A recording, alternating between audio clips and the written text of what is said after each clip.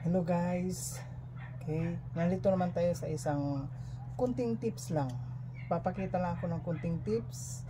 Okay, siya nga pala guys. Itong tanim po natin ay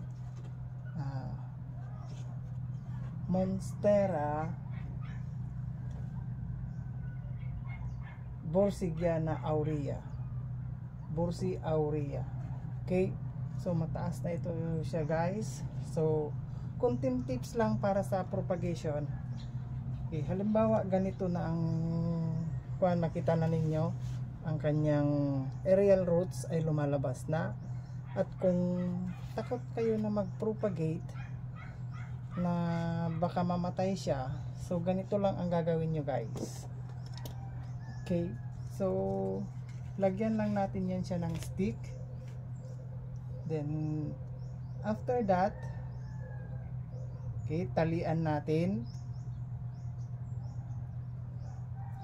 Talian na natin yan siya para sigurado. Okay. So, talian natin yan siya ng ganyan.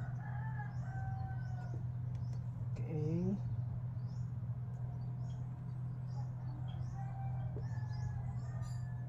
So, after natin yan siya matalian, saka natin yan siya puputulin. Okay, dito. Okay, so ito pwede, pero medyo alanganin pa siya at ito medyo alanganin pa rin siya. O, tingnan niyo. So, medyo alanganin pa yan siya. So dito tayo sa may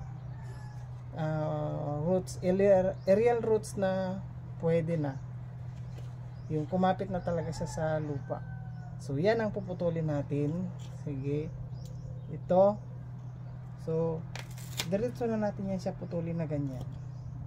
And after that, pabayaan na natin yan siya. Okay, pwede natin yan siya na isilong muna for 2 to 3 days, saka natin siya ilalabas. Then yun na, pwede na. Okay, thank you for watching.